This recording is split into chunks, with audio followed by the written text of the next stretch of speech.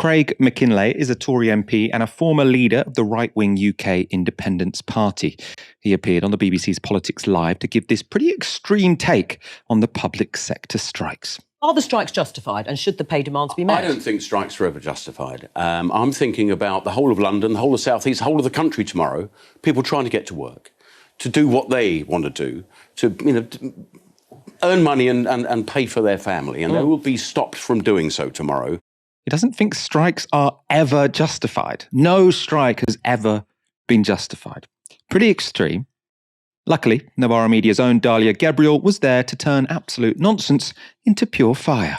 I say thank God for strikes, because our public services are on their knees after 10 years of austerity. Anyone who's tried to get an ambulance, anyone who's got a kid in school knows that we are in a dire crisis, and this government doesn't believe in a public sector, doesn't believe in a thriving public sector. So thank God workers on the ground who know what needs to happen have that tool that they can use to leverage power to get the changes that we need. Right. As a member of the public who uses the public sector, thank God for strikes. Hang on. Spending more on the NHS than's ever been spent in its history. That is a deceptive statistic. The growth in funding in the NHS has massively declined. And that is true.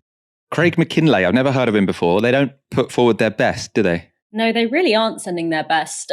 Yeah, I mean, it was a very interesting kind of segment for so many different reasons. I mean, first of all, we had obviously like the really classic line that we hear from Conservatives all the time, which is this pitting the public, quote unquote, against striking workers. Of course, as the public, the public is the striking workers and the striking workers are the public. And ordinary members of the public have far more in common with those striking workers than they do with Craig McKinlay. Unless you don't have any working class friends, either you or someone is going to probably be on strike today. And even like earlier on in the segment, there was this hilarious line where he was like, so many of us last Christmas, I don't know about you, but me and my loved ones, we didn't even bother to send out Christmas cards because of the postal strike. And I was just like, literally like the tiniest little violin for this like deeply pathetic argument. But the other thing I saw in that segment, in the kind of extended version of it, was this kind of divide and rule thing where, there was this idea of, it's fine when nurses go on strike. Yes, we support the nurses, but we don't support these workers, or we don't support university lecturers, we don't support teachers, we don't support rail workers. And, it's because their polling has told them that, nurses are popular. And so they feel like they can sort of divide and conquer, which is actually a very Thatcherite approach, when obviously the public is actually broadly in favor of these strikes, despite all of the effort that has been put into these kind of diversionary tactics. But for me, what was actually the most disappointing thing to see in that segment was the Labour response. We had a Labour MP on that panel, Kim Leadbeater, and Joe Coburn basically had to drag it out of her for her to say that it was okay for backbench MPs to appear on picket lines. And the reason that she probably feels like that is because her boss, Keir Starmer, has been sacking MPs for appearing on picket lines. He sacked Sam Tarry from his shadow cabinet for appearing on an RMT picket line. With the exception of a very few Labour MPs, Dawn Butler was there at the rally today. We saw Zara Sultana at the rally. Jeremy Corbyn was on Politics Live yesterday talking about the strikes, although obviously he's not a Labour MP anymore. But we've not really seen any Labour Party presence when it comes to, the largest day of common strike of cross-sectoral strikes in decades. When you look at, Labour Party social media, there's nothing. They haven't even tweeted anything today about anything. The last thing that is on their Twitter account is a retweet of Yvette Cooper talking about, cracking down on antisocial behavior and talking about increasing policing to stop antisocial behavior, which sounds suspiciously like, the kind of public order bill, which is obviously going to be threatened to be used against strikes. So for me, what's been so I expect a Conservative MP to speak like that. I expect a Conservative MP to be against strike action. speak your truth, like that is who you are, let me see who you actually are. What I find incredibly shameful is the complete absence of especially the higher echelons of the Labour Party on a day that is so important for Labour in this country.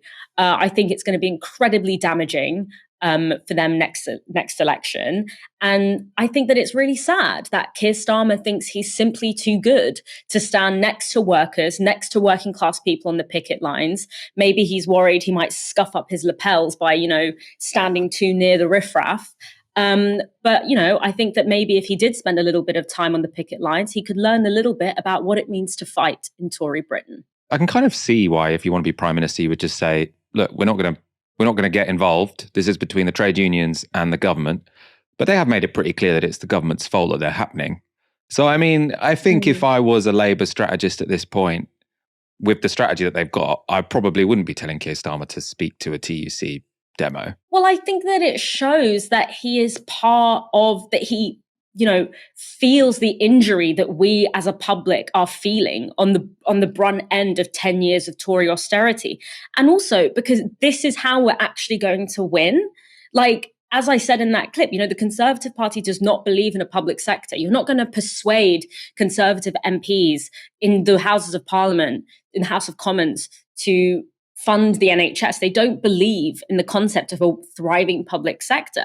And so the way that we're actually going to win is by this kind of industrial action. And I don't see the contradiction or the conflict in an organization that's called the Labour Party being present in labour movements in the country. I don't see, these labour movements, they're not just campaign groups.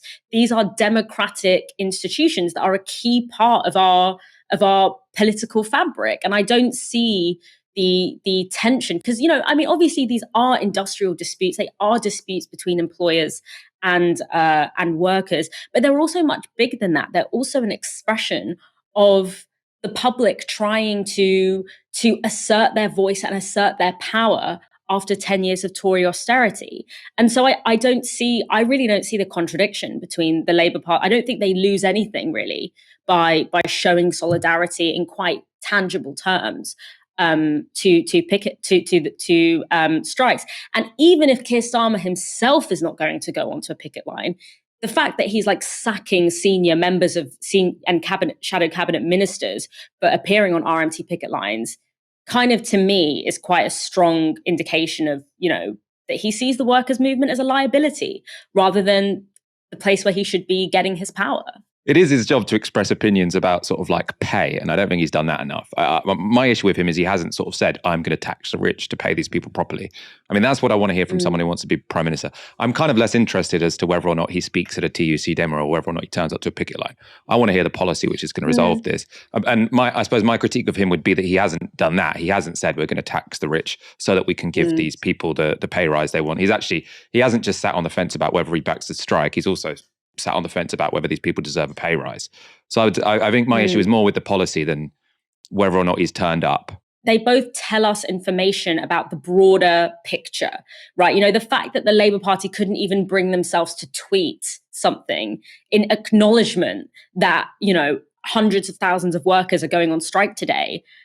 To me, that's a statement. That's a statement of, again, this, and it's a broader part of Keir Starmer's approach, which is that the people who actually voted him in, the people who give him his authority, the trade union movement, he sees them as liabilities. He sees them as people he wants to distance himself from.